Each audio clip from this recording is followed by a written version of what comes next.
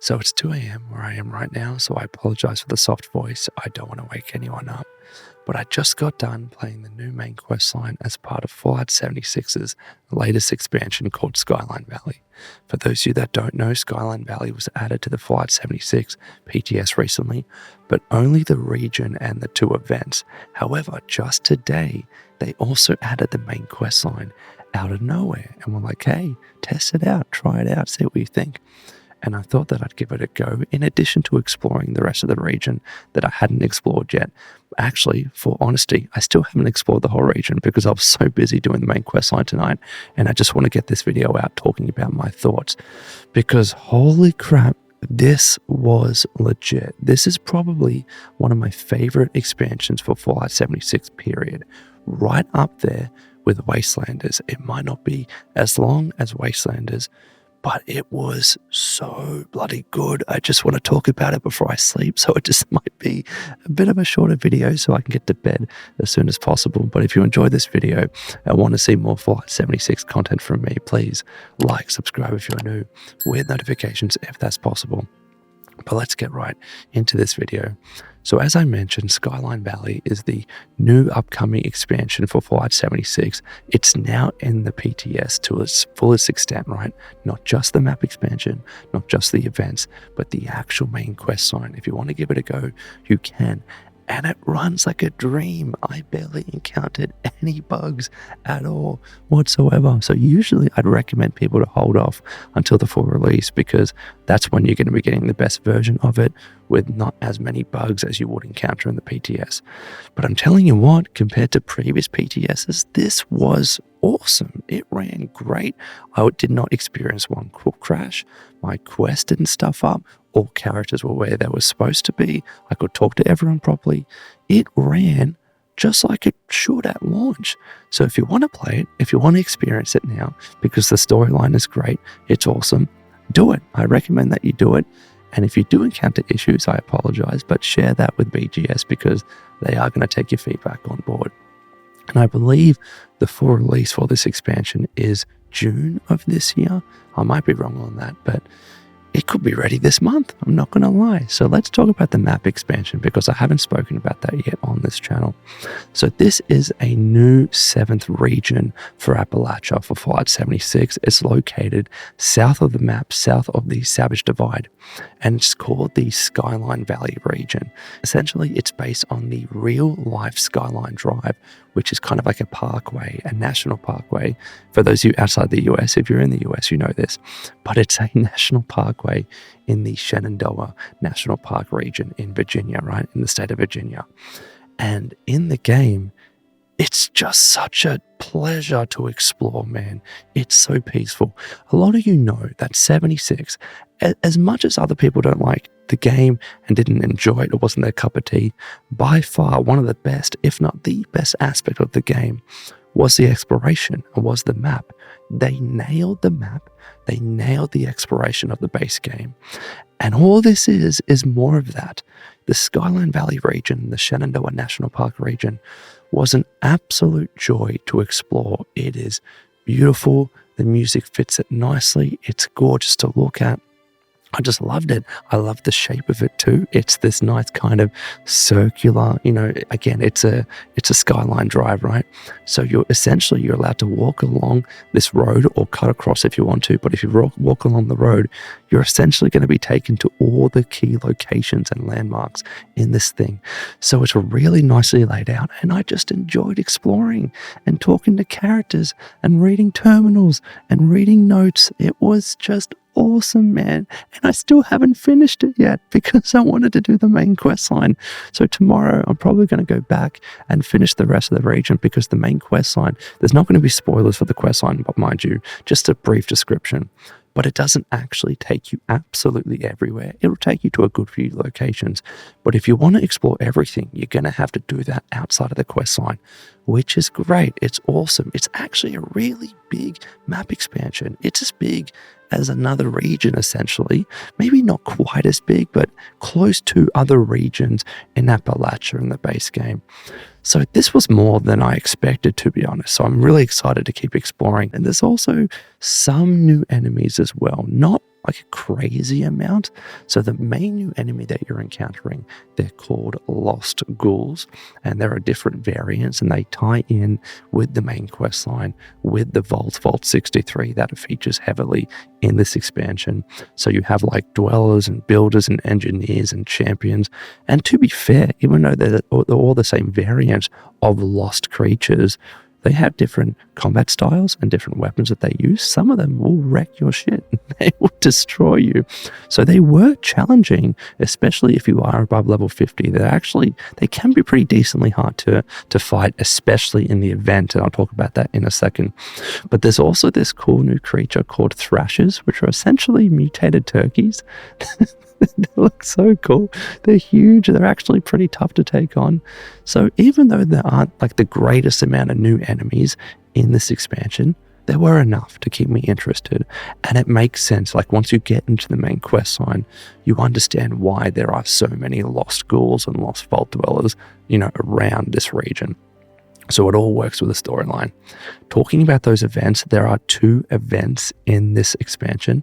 There's Dangerous Pastimes, and then there's Neurological Warfare. So Dangerous Pastimes is the regular public event you can join every now and again.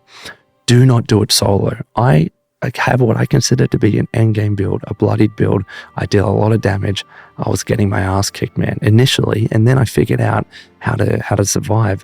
However, there's a second phase where you just can't kill enough enemies on your own. You need a big party there, a big team there. And that's not a bad thing. There are other events, of course, in 76, which you simply cannot do solo. This is just another event which you need to be in a public server or with friends, and you're participating with a bunch of other people to complete, right? I simply could not do this solo. If you've managed to do it, good on you. I simply couldn't. I just practically couldn't kill enough enemies, even when I was surviving, to make the meter fill to the end and actually complete the event. So if I had a bunch of other people with me, it would probably be fun.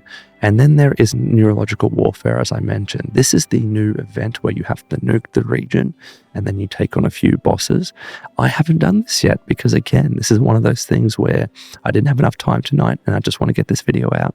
Plus, as well, you're going to need a bunch of people with you, obviously, to do the nuke itself, but to complete this event, I don't think there will be any way. If you can't do that public event, that regular public event on your own, there's no way that you're going to be able to do Neurological Warfare on your own, in my opinion.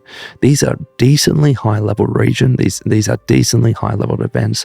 So have a team with you, be in a public server, obviously be in the PTS if you're doing the PTS, and I think you'll have a great time. But now let's talk about the main quest line. As I mentioned, I'm going to have a brief synopsis, but I won't go into that much detail because you need to experience this one for yourself. It's really good. It is better than the previous expansions for 76, in my opinion. I liked Atlantic City. Don't get me wrong. I liked it. This is better than Atlantic City. The storyline, the premise is just more interesting, and it's much more Fallout, to the core of what Fallout is, involving vaults and pre-war stuff. It is one of the best storylines that you will get in an expansion for 76. They did a really good job. I even think it's better than Steel Rain and Steel Dawn as well.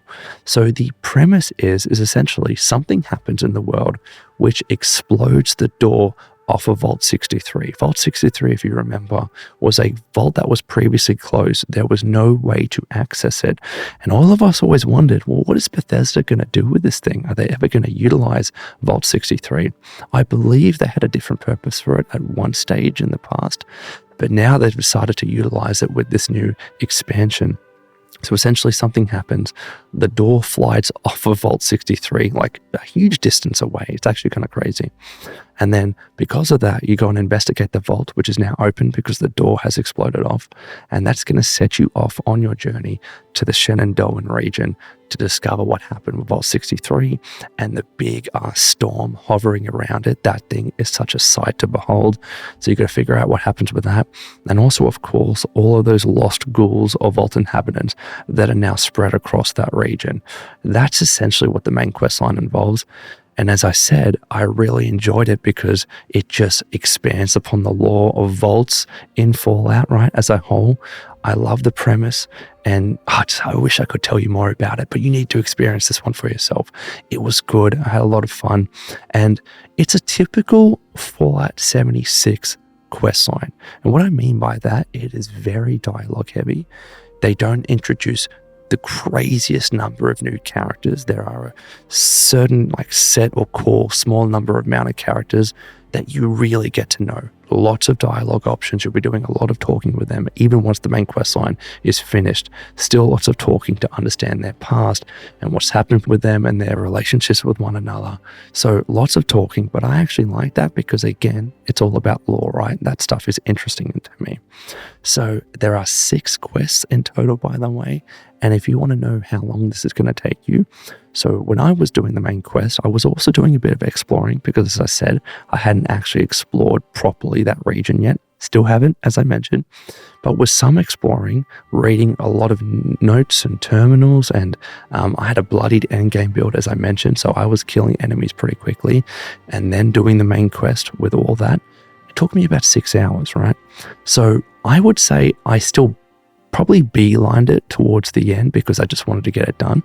A normal playthrough, maybe 7 hours, maybe 6 to 7 hours, depending on your build. Could even be up to 8 hours if you're really taking your time. But that's just the main quest that I'm talking about. Then if you were to add exploring the rest of the region, right, the areas that the main quest line doesn't take you, that might take you another 1 to 3 hours. Again, depends how long you take. And then you got the 2 events. So if you want to do, Dangerous Pastimes once and then Neurological Warfare once as well, that would be considered new content. So let's say that takes you, I don't know, with a nuke, maybe an hour to an hour and a half together. You're probably talking about close to 10, if not more, hours of new gameplay and new content in this expansion. That is sufficient. This is free, by the way. I need to stress, this is free. This is not like we're paying for Fallout 4's Far Harbor or Nuka World or a DLC for Fallout 3, whatever it might be. This is free bloody content, and it's pretty much the size of a DLC that we're used to in past BGS games, right? 10 hours of gameplay. I would say even if it's 8 if you rushed it, 8 to 9 hours if you rushed it, over 10 if you didn't rush it. That's a lot of new gameplay for nothing. You're not paying anything for it. And it's good. The storyline is good. I enjoyed playing it. I love the freaking map. I love exploring. I want to get to bed, but I want to keep playing and talking about it. Guys, they nailed it. Bethesda Game Studios really is on a high right now with the Fallout TV show and everything. But this core team, and I'm assuming it's still at BGS Austin and Double 11, of course, as well, but this team still working on 76, they heard our criticisms, right? Especially coming from me. I said that I didn't like stuff like expeditions, right? Because it was repetitive. It wasn't what I was looking for. I was really burnt out by the endgame grind of 76. I wanted content. I wanted quest lines. I wanted a map expansion. I wanted storylines. They have delivered with this. They have given us exactly what we asked for. Exactly what we asked for. Fallout 76 fans are really eating good right now. I encourage you. Play this bloody thing. You're going to enjoy it. And to Bethesda Game Studios, the fact that we're so many years removed after the launch of 76, what is it? We're getting close to 6 years now. The fact that you're still supporting this game with free content and have it to this extent, incorporating our feedback, an actual map expansion, more storylines, more quest lines, that is exactly what we wanted. The fact that you're still doing this today, I have to tip my cap to you. I just love that you're continuing to support this game the way that you are and providing the content that people like me have been asking for, right? As I said, self-admitted, I didn't really like expansions. I'll probably never go back and do expansions.